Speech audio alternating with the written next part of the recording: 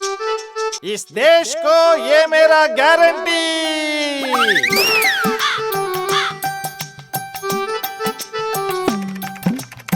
इस देश को ये मेरा गारंटी। इस देश को ये मेरा போதுமே உங்க கேரண்டி. கேரண்டி வாரண்டிகளை இனியே நம்ப போறீங்களா? சிந்தித்து வாக்களியுங்க. இந்தியாவை காக்க ஸ்டாலின் அழைக்கிறேன். என்னை எப்படியாவது விட்டுவிடுங்கள், நான் தொடர விரும்பவில்லை. இப்படி கதறிக்கொண்டிருக்கிறார்கள் பாஜகவில் இருக்கக்கூடிய முக்கியமான தலைவர்கள். சுஷில் குமார் மோடி, அதாவது பீகாரில் அந்த மாநிலத்தினுடைய முதல்வர் பொறுப்பில் இருந்தவர், பாராளுமன்ற உறுப்பினராக இருந்தவர். அவருக்கு இந்த தேர்தலில் பீகாரில் பாஜக கட்சியினுடைய தேர்தல் பொறுப்பாளராக பதவி கொடுத்தது மோடியும் அமித்ஷாவும். ஆனால் இப்போது அவர் என்ன சொல்லியிருக்கிறார் என்றால்,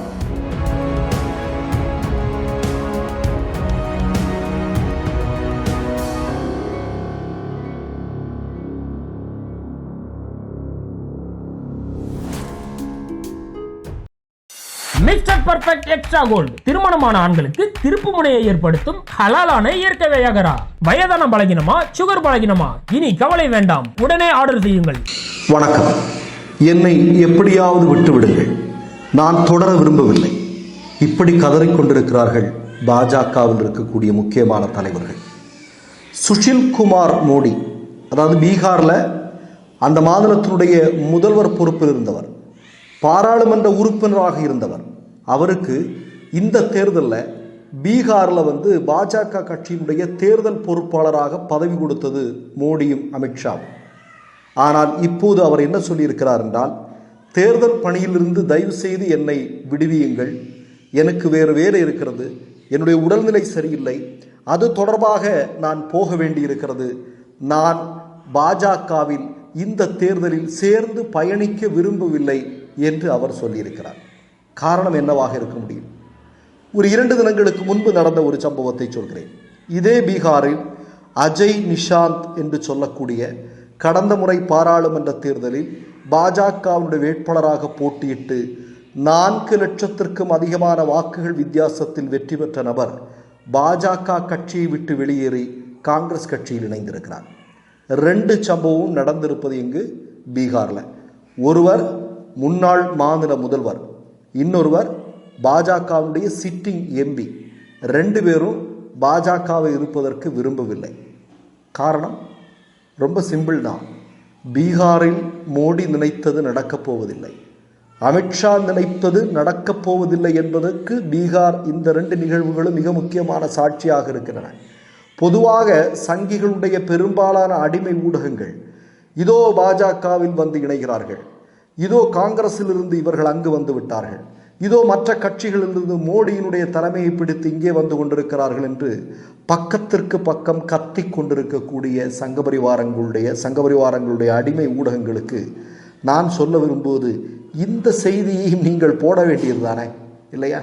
இது மட்டுமல்ல, பீகாரில் மட்டுமல்ல, மகாராஷ்டிராவில் பாராளுமன்ற உறுப்பினராக இருக்கக்கூடிய உன்மேஷ் பட்டேல், கடந்த முறை பாராளுமன்ற உறுப்பினராக இருந்தவர், அவர் உத்தவ் தாக்கரேனுடைய சிவசேனா கட்சியில் நேற்றைய தினம் வந்து சேர்ந்திருக்கிறார். அது நீங்கள் சில ஊடகங்களில் நீங்கள் பார்த்துருப்பீங்க. இனிப்பு கொடுத்து அவரை வரவேற்கிறார்.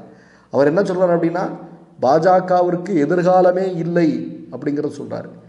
ஏன் நீங்கள் மகாராஷ்டிரா மாதிரி பீகார் மாதிரியான பாஜகவிற்கு ஓரளவுக்கு செல்வாக்குள்ள அல்லது இந்த பாராளுமன்ற தேர்தலில் அதிகமான இடங்கள் இந்த ஸ்டேட்டில் தான் கிடைக்கும் அப்படின்னு கத்திட்டு இருக்கிறாங்க இல்லையா சங்கி ஊடகங்கள், இங்கிருந்து ஏன் பாராளுமன்ற உறுப்பினர்கள் உட்பட பெரிய பொறுப்புகளில் இருந்தவர்கள் எல்லாம் அந்த கட்சியை விட்டு விலகி கொண்டிருக்கிறார்கள்? ராஜஸ்தானில் இதுக்கு ஒப்பான நிகழ்வு நடந்திருக்கு. ராஜஸ்தானில் ஒரு 5 நாட்களுக்கு முன்னாடி ராகுல் கஸ்வான் என்று சொல்லக்கூடிய பாஜகவினுடைய கடந்த கால பாராளுமன்ற உறுப்பினர் காங்கிரஸ் கட்சியில் இணைந்திருக்கிறார். நம்முடைய பக்கத்து மாநில கர்நாடகாவில் ஒரு தினத்திற்கு முன்பு நடந்த செய்தியை சொல்கிறேன் நான்.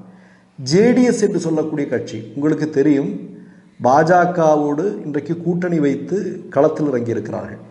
அந்த கட்சியை சார்ந்த எம்எல்ஏ காங்கிரஸ் கட்சியில் இணைந்திருக்கிறார். கூடுதலாக அந்த இணையக்கூடிய நிகழ்வை நீங்கள் பார்த்தீங்கன்னா ஏராளமான மக்கள், அதாவது ஏராளமான தொண்டர்களோடு ஜேடிஎஸ் கட்சியை விட்டு காங்கிரஸில் இணையக்கூடிய காட்சி வந்து கர்நாடகாவில் மிக முக்கியமான ஊடகங்கள்லாம் தலைப்புச் செய்தியாக வந்திருந்தது. அப்போ நான் என்ன கேட்குறேன்னா, இந்த ராஜஸ்தான் ஆகட்டும், பீகார் ஆகட்டும், இந்த மாதிரியான மாநிலங்களில் இவ்வளவு பெரிய அளவிற்கு அங்கே இருக்கக்கூடிய மிக முக்கியமான நபர்கள் பாஜக கட்சியை விட்டு விலகிறார்கள் அப்படின்னா வடக்கும் பாஜகவை துரத்தி அடிக்கிறது என்பதுதான். ஒன்றும் இல்லைங்க, முசாபர் நகர் உங்களுக்கெல்லாம் நல்லா தெரியும். முசாபர் நகர்லேயே மிகப்பெரிய சிக்கல் இருக்கிறது பாஜகவுக்கு. அங்கே பாஜக கட்சியினருக்கு வந்து ஒரு பெரிய நெருக்கடி இருப்பதாக சொல்ல முடியும். உங்களுக்கெல்லாம் முசாபர் நகர் கலவரம் பற்றி நான் சொல்ல வேண்டிய தேவையில்லை. யோகி ஆதித்யநாத் உத்தரப்பிரதேசத்தில் ஆட்சி பொறுப்பு வருவதற்கு காரணமாக இருந்த ஒரு கலவரம் தான் முசாபர் நகர் கலவரம். அதுக்கு பிறகு தான் பாஜக அங்கே வந்து ஆட்சி பொறுப்பிற்கு வருகிறது. அப்படிப்பட்ட இடங்களிலேயே பாஜகவிற்கு மிகப்பெரிய சிக்கல் இன்றைக்கு எழுந்து கொண்டிருக்கிறது. என்ன, கடந்த 2 மாதங்களாக தேர்தல் தேதி அறிவிக்கப்பட்டதுக்கு பின்னர் நீங்கள் நடந்த நிகழ்வுகள் என்ன? கௌதம் கம்பீர் பாஜகவினுடைய மிக முக்கியமான டெல்லியினுடைய பாராளுமன்ற உறுப்பினர், அவர் சொல்கிறார், என்னை விட்டுருங்க, எனக்கு கிரிக்கெட்லாம் பார்க்க வேண்டியது இருக்குது, நான் போகிறேன், தயவு செஞ்சு என்னை விட்டுருங்க அப்படின்னு சொல்லிட்டு அவர் வெளியே வந்தார். ஹர்ஷவர்தன் டெல்லியில் இருக்கக்கூடிய அதே பாராளுமன்ற உறுப்பினர், அவர் என்ன பண்ணுறாரு, இல்லை எனக்கு மருத்துவ பணிகளெல்லாம் செய்ய வேண்டியது இருக்குது, நான் அதனால் என்ன தயவு செஞ்சு என்னை விட்டுருங்க. இவங்கெல்லாம் சமூக ஊடகங்களின் வழியாக அமித்ஷாவிற்கு ஒரு செய்தியை சொல்லிவிட்டு வெளியேறி இருக்கிறார்கள். நேரடியாக பார்த்து கூட சொல்லலை. அப்போ பாஜகவில் இருக்கக்கூடிய இது போன்ற முக்கியமான தலைவர்கள் தயவு செய்து எங்களை விட்டுருங்க, நாங்கள் இன்னும் இதில் இருக்க விரும்பலை அப்படின்னு சொல்கிற நிலைமைக்கு போயிட்டுருக்கு. அப்படின்னா வடக்கில் பாஜகவுடைய நிலைமை என்ன? அதனால தான் சொல்கிறாங்க, இரட்டை இலக்கத்தை கூட பாஜக இந்த முறை தாண்டாது என்று.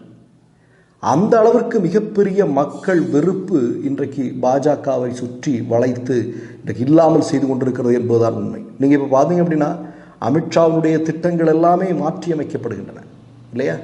அமித்ஷாவுடைய பயணங்கள் எல்லாம் ரத்து செய்யப்படுகிறது. அது மாதிரி மோடியினுடைய பல்வேறு பயணங்களில் குளறுபடிகள் இருக்கிறது. இங்கே போகணுமா அங்கே போகணுமான்னு தெரியல. சரி, வடக்கு நம்மளை டோட்டலாக காலி பண்ண போகுது, தெற்கிலேயாவது ஏதாவது பண்ணுவோமா போகலாமா அப்படின்னா அவங்களுக்கு கர்நாடகம் ஞாபகத்தில் இருக்குது. ஏன்னா கர்நாடகத்தில் மோடியும் அமித்ஷாவும் சேர்ந்து அங்கே போய் ரோடாக பிரச்சாரம் பண்ணாங்க. கடைசியில் என்ன நடந்தது? பெருவாரியான இடங்களில் மகத்தான வெற்றியை காங்கிரஸ் கட்சி பதிவு செய்தது. அதற்கு பிறகு மோடியும் அமித்ஷாவும் என்ன செய்தார்கள் என்பது நமக்கு தெரியும். பழைய தூக்கி உள்ளே இருக்கக்கூடிய நிர்வாகங்கள் மேலெல்லாம் போட்டுட்டு தப்பிக்கிறதுக்கு முயற்சி பண்ணாங்க. ஆனால் சமூக ஊடகங்களில் மிக தெளிவாக பேசினார்கள். மோடியும் அமித்ஷாவும் சேர்ந்து 60க்கும் அதிகமான பேரணிகள் கர்நாடகாவில் நடத்தியதற்கு பிறகும் கூட அங்கு பெரும்பாலான இடங்களில் மிகப்பெரிய தோல்வியை பாஜக சந்தித்தது என்பதை சொன்னார்கள். இப்போ அதனால் என்ன செய்கிறதுன்னு தெரியல. ஒரு வழியும் இல்லை. எல்லா இடத்துலையுமே ஒட்டுமொத்தமாக இவர்களுடைய வாசல்கள் மூடப்படுகிறது. மிகப்பெரிய அளவில் மக்கள் கொந்தளிப்பு இருக்கிறது. அந்த கொந்தளிப்பை இதுக்குள்ளே இருக்கிற, அதாவது பாஜக கட்சியில் இருக்கக்கூடிய நபர்கள் நன்றாக உணர்ந்து வைத்திருக்கிறார்கள். அதனால தான் தயவு செய்து எங்களை விட்டுருங்க, நாங்கள் பிறகு பொறுப்பெடுத்துக்கிட்டு நாங்கள் இருக்கும்போது கட்சி இவ்வளோ பெரிய பின்னடைவை சந்தித்தது, இவ்வளோ பெரிய தோல்வி சந்தித்தது, அதுக்கெல்லாம் சொல்கிறதுக்கு எங்களுக்கு நேரம் இல்லை, நாங்கள் எங்கள் வேலையை பார்த்துட்டு போகிறோன்னு சொல்கிறதுக்கு பின்னாடி இருக்கக்கூடிய காரணமே இதுதான். மற்றொரு நிகழ்வில் சந்திப்போம். நன்றி, வணக்கம். மை நேம் இஸ் ரெட் சேனலை சப்ஸ்கிரைப் பண்ணிக்கோங்க. அதுக்கப்புறமா பக்கத்தில் இருக்கிற ஜாயின் பட்டனை கிளிக் பண்ணீங்கன்னா ஒரு நியூ பேஜ் ஒன்று ஓப்பன் ஆகும். அதுலேயும் ஜாயின் பட்டனே கிளிக் பண்ணிக்கோங்க. அதில் பார்த்தீங்கன்னா credit R debit card options இருக்கு. இதில் உங்களுக்கு விசா, மாஸ்டர் கார்டு, ரிப்பே அப்படின்னு 3 ஆப்ஷன்ஸ் கொடுத்துருக்காங்க. அதில் நீங்கள் எந்த கார்டு சூஸ் பண்ணுறீங்களோ அந்த கார்டோட நம்பர் என்டர் பண்ணிக்கோங்க. அப்புறமா கார்டோட வேலிடிட்டி மந்த் அண்ட் இயரை டைப் பண்ணிக்கோங்க. அடுத்தபடியாக உங்கள் கார்டோட பின்னால் சிவிசி கோடுன்னு சொல்லிட்டு 3 நம்பர்ஸ் கொடுத்துருப்பாங்க. அந்த நம்பரை இதில் என்டர் பண்ணிக்கோங்க. அப்புறமா அட்ரஸ் அண்ட் இன்ஃபர்மேஷன் என்டர் பண்ணிட்டு பைங்கிற பட்டனை கிளிக் பண்ணிக்கோங்க. ஒருவேளை உங்க கார்டு நம்பர் இன்வாலிட்னு காமிச்சிச்சுன்னா உங்க கார்டுல இன்டர்நேஷனல் யூசேஜை எனேபிள் பண்ணுங்க.